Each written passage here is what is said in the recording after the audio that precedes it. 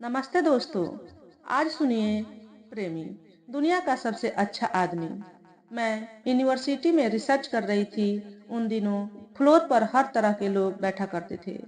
Marks को लेकर बड़ी बड़ी बातें करने वाले, कई चीजों को लेकर आदर्श बघारने वाले, पड़े पड़े सुस्ताने वाले, कई प्रेम के नए नए किस्से भी पनप रहे थे। शाम के समय तो कई प्रेमी युगल तो यूं बैठे दिखते जैसे पत्थर की मूर्तियां हों, बस एक टक एक दूसरे को निहारते हुए।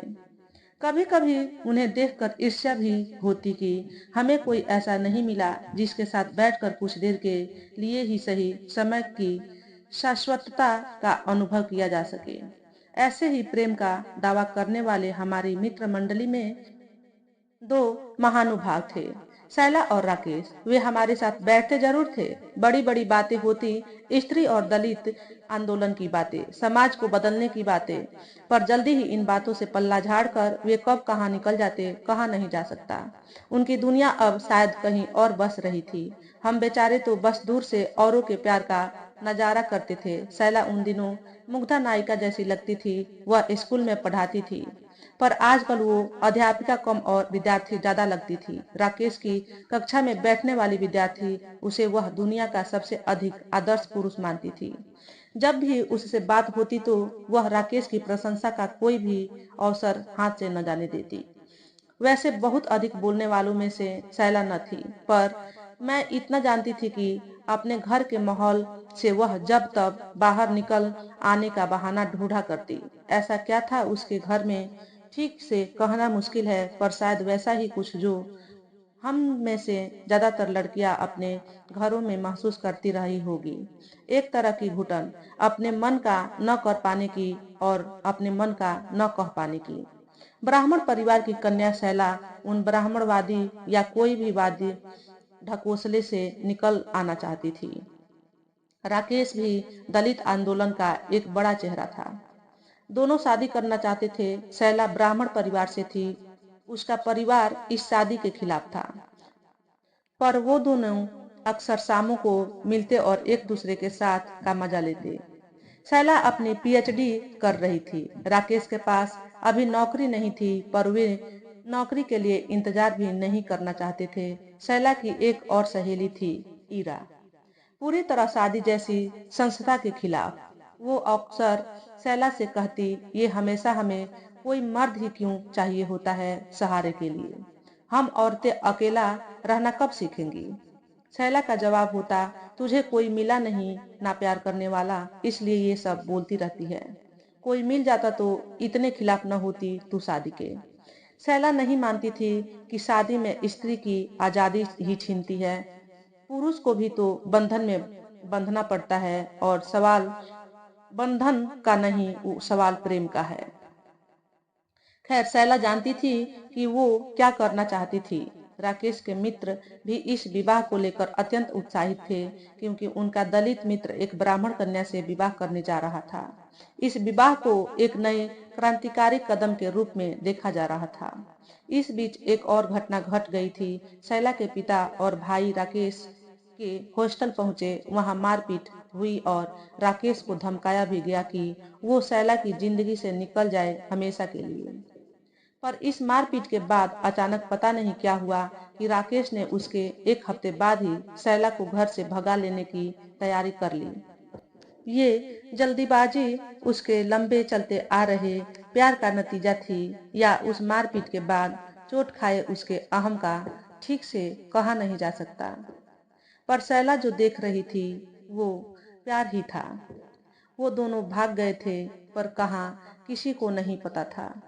बहुत दिन कैंपस में उनको लेकर कानाफूसी चलती रही। बहुत सारे ब्राह्मण लड़कों का खून भी खौला और बहुत सारे छोटे मोटे झगड़े भी हुए। आखिरकार काफी दिनों के बाद अचानक वे दोनों वापिस दिखाई दिए। शैला के हाथों में लाल चूड़ा था और मांग में सिंदूर। शैला खुश थी। तभी राकेश ने कहा कि आज तुम्हें बाइक पर बैठाकर पूरे कैंपस के 2 चक्कर लगाना चाहता हूँ, ताकि सबको दिखा सकूं कि एक दलित जो ठान लेता है वो करके दिखाता है। पहली बार मुझे शैला की आंखों में कुछ अजीब दिखाई दिया, जो इससे पहले मैंने कभी नहीं देखा था। उस नजर में एक खालीपन और नमी थी। उसकी मोटरसाइकिल दहाड़ रही थी। उसने सैला को फिर आवाज दी, चलो बैठो, जल्दी करो। इस आवाज में प्यार कम और चक्कर लगाने की जल्दी ज्यादा थी। जैसे सैला कोई ट्रॉफी थी जिसे राकेश सबको दिखाना चाहता था। उसी समय ईरा भी वहां आ पहुंची। लो, काफूर हो गया प्रेम, अभी से रौब झाड़ना शुरू। आदमी अपनी औकात जल्दी ही दिखा देता है। मैं बस इतना ही कह सकी कि अब तुम सैला से ये सब बातें ज्यादा मत करने लगना।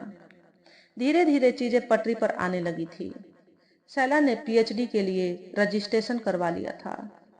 वह अपने काम में जुट गई थी, पर उसके घर वालों ने उससे अपना नाता पूरी तरह से तोड़ लिया था। वह अपनी माँ से भी बात नहीं कर सकती थी। इस बीच उसकी दादी का भी देहांत हो गया। वह वहां जाना चाहती थी, पर राकेश को यह कहने की उसकी हिम्मत नहीं हो पा रही थी। वह राकेश को बिना बताए ही वहां चली गई थी, पर उसे देखते ही उसके पिता का गुस्सा उस पर बरस पड़ा था। वे ये भी भूल गए थे कि वे शमशान घाट में खड़े थे और उन्हें अपनी माँ की चिता को अग्नि देनी थी। सैला के भाई ने उसे बाहर खदेड़ दिया। तब तक राकेश को भी सब कुछ मालूम हो चुका था। वह घर पहुंचते ही सैला पर चिल्लाया, अगर तुम्हें अपनी इज्जत की चिंता नहीं तो कम से कम मेरी तो कर लिया करो। सैला अगले दिन से गुमसुम रहने लगी थी। वह पहले से और भी कम बोलने लगी थी, पर ईरा हर समय उसके पीछे पड़ी रहती थी। कहाँ था ना, सोच लो, समझ लो। आदमी ब्राह्मण हो या दलित, आदमी आदमी ही होता है। उसका अहम उसके लिए सबसे बड़ी चीज है। मुझे ईरा पर बहुत गुस्सा आता कि वो ऐसे समय पर भी डिस्कोर्स झाड़ने से बाज नहीं आती। उस समय मुझे लगता है जैसे ईरा अपने समझे और माने सच को सच होते देख खुश थी। पर सैला का क्या? उसने तो प्यार किया था। अब सैला से ज्यादा मुलाकात नहीं होती थी। वो कभी मिल भी जाती तो हमेशा कोई न कोई बहाना लगाकर वहां से चले जाना चाहती थी। राकेश अगर वहां होता भी या तो अपने दोस्तों में ज्यादा मसरूफ दिखाई देता था। उस दिन ईरा फिर कुछ बड़बड़ा रही थी। तुम्हें पता है, कुछ तो गड़बड़ है सैला के साथ। मैंने पूछने की कोशिश की, पर कुछ बताती ही नहीं। एक दिन राकेश जोर जोर से बोल रहा था, आज उसने मांस बनाया मेरे प्यार में, और मैंने खिला भी दिया। उसे भी तो पता चले हम कैसे रहते हैं। तभी ईरा उत्तेजित हो गई। पता नहीं साबित क्या करना चाहता है। अभी इनकी शादी को बमुश्किल 2 महीने ही गुजरे होंगे और ये आलम है। कुछ और दिन यूं ही गुजर गए। अचानक एक रात ईरा का फोन बजा। उसकी आवाज में हड़बड़ाहट थी और घबराहट भी। तुम्हें पता चला क्या? कुछ बताओगी भी? सैरा ने खुदकुशी कर ली। राकेश सीने में दर्द की शिकायत कर रहा है। झूठ बोल रहा है। साला इसने ही उसे मारा है। ईरा बड़बड़ाती जा रही थी। मुझे कुछ सुनाई नहीं दे रहा था। बस सामने सैला का प्यार में डूबा चेहरा था और उसकी एक ही बात कानों में गूंज रही थी, तुम्हें पता है राकेश दुनिया का सबसे अच्छा आदमी है। उसके साथ मैं कहीं भी जी सकती हूँ। पर आज सैला मर चुकी थी। अगले दिन पोस्टमार्टम के बाद सैला का शरीर उसके घर वालों को सौंपा जा चुका था। वही घर वाले जो उससे कब के नाता तोड़ चुके थे। सैला की चिता धू धू कर जल रही थी। उसका लाल रंग का चूड़ा भी जो उसने राकेश के नाम से पहना था, वो भी उसी चिता में जल गया होगा। राकेश को पूछताछ के लिए हिरासत में ले लिया गया था। उसका परिवार अपने घर वापस चला गया था। अगले दिन ईरा ने महिला मोर्चा के साथ मिलकर सैला की याद में एक श्रद्धांजलि सभा आयोजित की थी। सब अपने अपने काम पर लग चुके थे। सैला ने न तो ब्राह्मण से प्यार किया था और न एक दलित से। बकौल सैला वो दुनिया के और आदमियों जैसा नहीं था। उसका नाम राकेश था, दुनिया का सबसे अच्छा आदमी। ये सैला की लव स्टोरी थी। वो सैला जो गले तक डूबी थी प्यार में, जिसने एक ऐसे आदमी से प्यार किया था जिसका नाम राकेश था। तो दोस्तों, आज के वीडियो में बस इतना ही। अगर आपको हमारे द्वारा बताई गई कहानी थोड़ी सी भी अच्छी लगी हो तो वीडियो को लाइक और शेयर करें। चैनल पर पहली बार आए हो तो चैनल को सब्सक्राइब करके बेल नोटिफिकेशन को ऑल पर सेट कर लें, ताकि आपको ऐसे ही अच्छे अच्छे वीडियो देखने को मिले। हमेशा खुश रहें, हमेशा स्वस्थ रहें। वीडियो देखने के लिए आपका बहुत बहुत धन्यवाद।